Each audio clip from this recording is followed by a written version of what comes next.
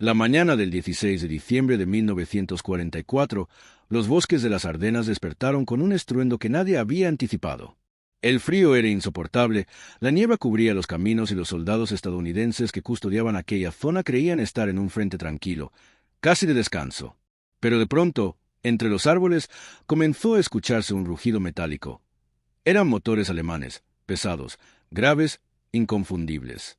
Lo que emergía entre la bruma no era un convoy cualquiera, sino los colosos de acero que el ejército nazi había preparado como su carta más temida. Los King Tigers, oficialmente llamados Tiger II. Eran máquinas imponentes, con un blindaje que parecía invulnerable y un cañón que podía atravesar de un solo disparo a cualquier tanque aliado. Para los jóvenes soldados que veían aparecer aquellas siluetas, la sensación era casi de enfrentarse a un monstruo mitológico. Pero surge la pregunta inevitable. ¿Cómo lograron los estadounidenses, con tanques mucho más ligeros y aparentemente inferiores, detener a semejantes bestias? ¿Qué tácticas, sacrificios y golpes de suerte hicieron que los King Tigers terminaran siendo más un peso que una ventaja para el ejército alemán? La respuesta no es sencilla, y es justamente esa mezcla de estrategia, improvisación y drama humano lo que hace que la Batalla de las Ardenas sea recordada como uno de los momentos más decisivos de la Segunda Guerra Mundial. Los King Tigers no eran simples tanques, eran la demostración material de la obsesión de Hitler por la superioridad técnica. Cada uno de ellos pesaba más de 68 toneladas, estaba cubierto por un blindaje frontal de hasta 180 milímetros y montaba un cañón de 88 milímetros de alta velocidad, capaz de destruir a un M4 Sherman a más de 2 kilómetros de distancia. En teoría, eran invencibles. En la práctica, eran lentos, costosos y extremadamente difíciles de mantener. Sin embargo, cuando aparecieron por primera vez en el frente occidental, sembraron un terror inmediato.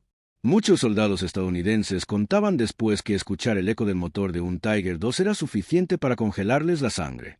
La ofensiva alemana en las Ardenas tenía un objetivo claro: dividir a los ejércitos aliados, capturar el puerto de Amberes y obligar a una negociación de paz favorable para Hitler. El plan se basaba en la sorpresa, en lanzar una acometida masiva a través de un terreno boscoso que los aliados consideraban poco probable para un ataque de gran escala. Y dentro de esa ofensiva, los King Tigers eran el puño de hierro, la herramienta con la que se pretendía abrir camino entre las defensas estadounidenses. El impacto inicial fue devastador. Muchas unidades estadounidenses quedaron desorganizadas al enfrentarse con una fuerza blindada que parecía imposible de detener. Imagina por un momento ser un artillero dentro de un Sherman, viendo cómo tu proyectil rebota una y otra vez en el blindaje inclinado del Tiger II. Cada disparo alemán, en cambio, significaba un Sherman reducido a chatarra en cuestión de segundos. Los primeros días fueron un infierno. Aldeas enteras eran arrasadas, posiciones defensivas colapsaban y el frente parecía a punto de romperse. Sin embargo, aquí aparece el primer giro de la historia. Porque por más poderosos que fueran los King Tigers, también tenían debilidades que se hicieron evidentes rápidamente. Su enorme peso hacía que muchos puentes de la región simplemente no resistieran al paso de estas bestias. Varias veces, en lugar de avanzar, los tanques quedaban atascados en carreteras estrechas o bloqueados por su propia logística. Además, consumían combustible a un ritmo descomunal. Podían devorar más de 500 litros en apenas 100 kilómetros, y en pleno invierno, con los bombardeos aliados dificultando el suministro, eso se convirtió en una pesadilla para los alemanes. Y entonces entraron en juego la astucia y la adaptabilidad de los estadounidenses. No podían enfrentarse frontalmente a los King Tigers, porque eso era un suicidio.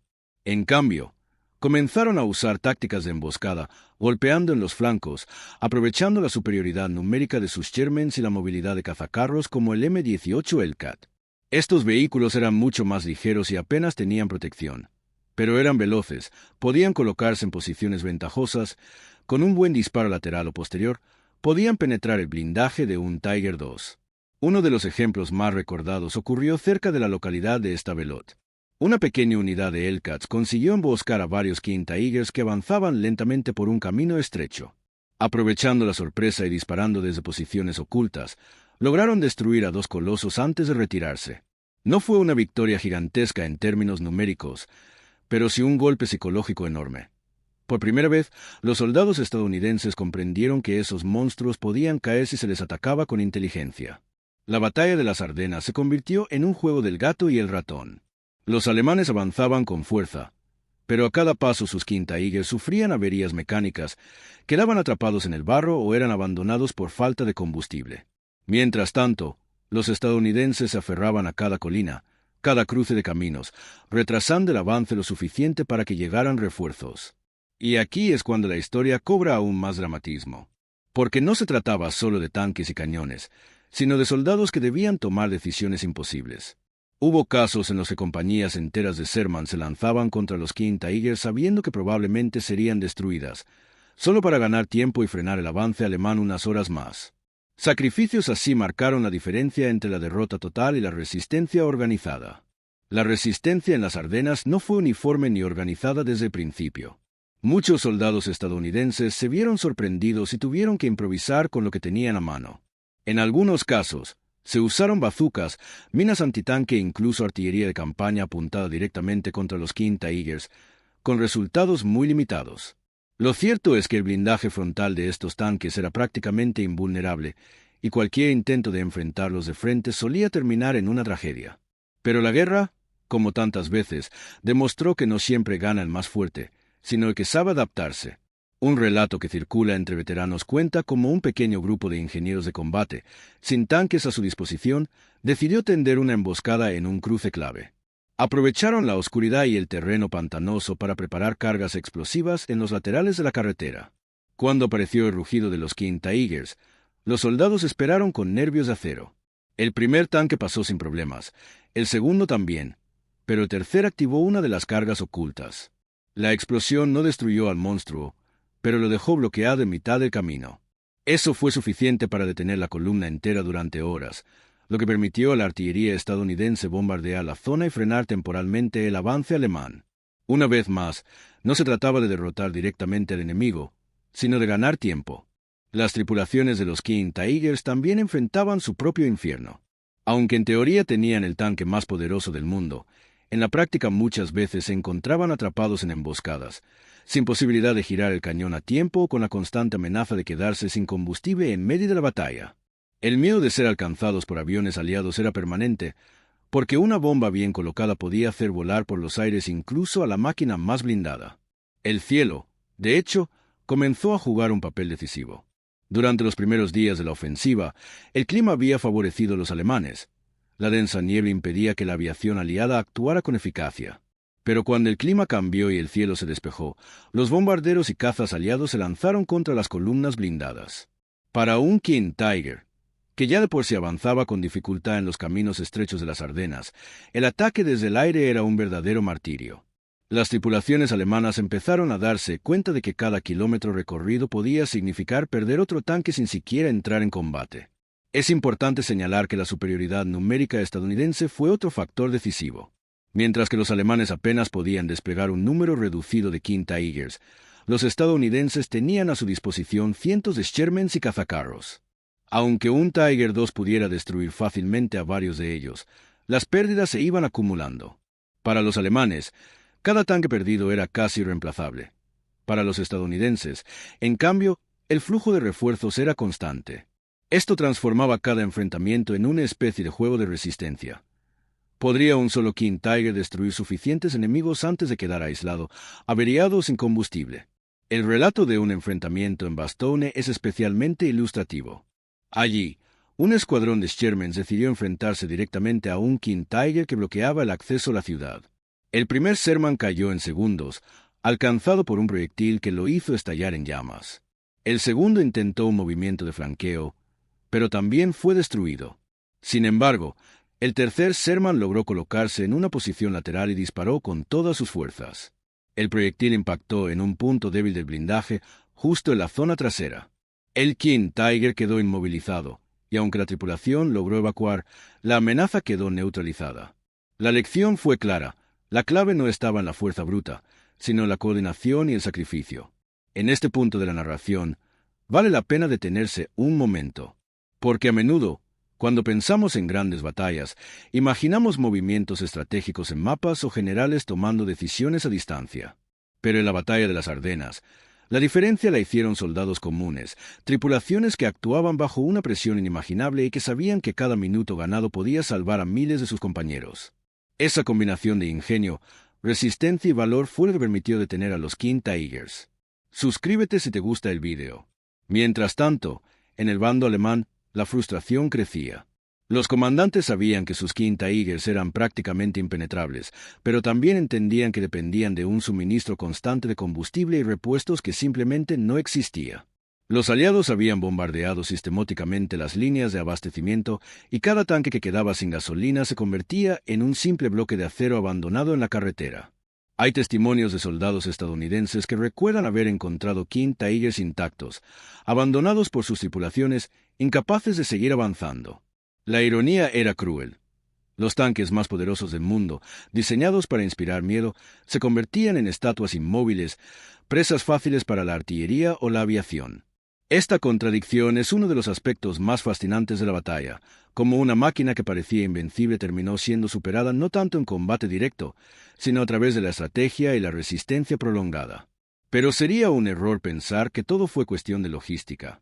Los enfrentamientos directos siguieron siendo brutales. En muchos pueblos y aldeas de las Ardenas, los King Tigers lucharon hasta el último proyectil, causando un número altísimo de bajas. Cada vez que uno de estos monstruos aparecía, los soldados estadounidenses sabían que tendrían que luchar al límite de sus capacidades. Y, sin embargo, poco a poco, el mito de la invulnerabilidad empezó a resquebrajarse. Con el paso de los días, la ofensiva alemana comenzó a perder impulso. Al inicio, los King Tigers habían sembrado el pánico, pero poco a poco se convirtieron en una carga más que en una ventaja. El terreno accidentado, las carreteras estrechas y la escasez de combustible los hacían lentos y vulnerables.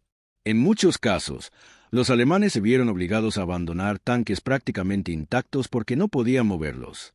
Para los soldados estadounidenses, encontrar un Tiger II abandonado era un espectáculo surrealista. Aquella máquina que podía destrozar a cualquier Sherman estaba ahora reducida a un gigante dormido en medio de un camino embarrado. La aviación aliada, una vez que el clima lo permitió, fue despiadada. Los cazabombarderos P-47 Thunderbolt se convirtieron en una pesadilla para los alemanes. Armados con cohetes y bombas, atacaban sin descanso las columnas blindadas. Los King Tigers, por muy blindados que fueran, no podían resistir un impacto directo desde el cielo.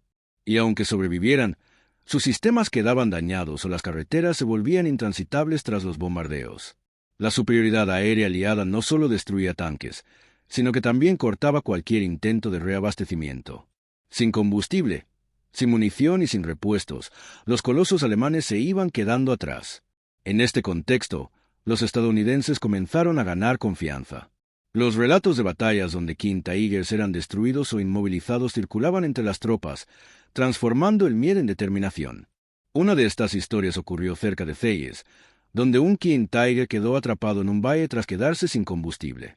Las fuerzas estadounidenses, en lugar de enfrentarlo directamente, bloquearon las salidas y lo acosaron con artillería hasta obligar a la tripulación a rendirse. El símbolo del poder alemán terminó en manos enemigas sin que hiciera falta un combate heroico, solo paciencia y estrategia. El desgaste fue brutal para la Wehrmacht.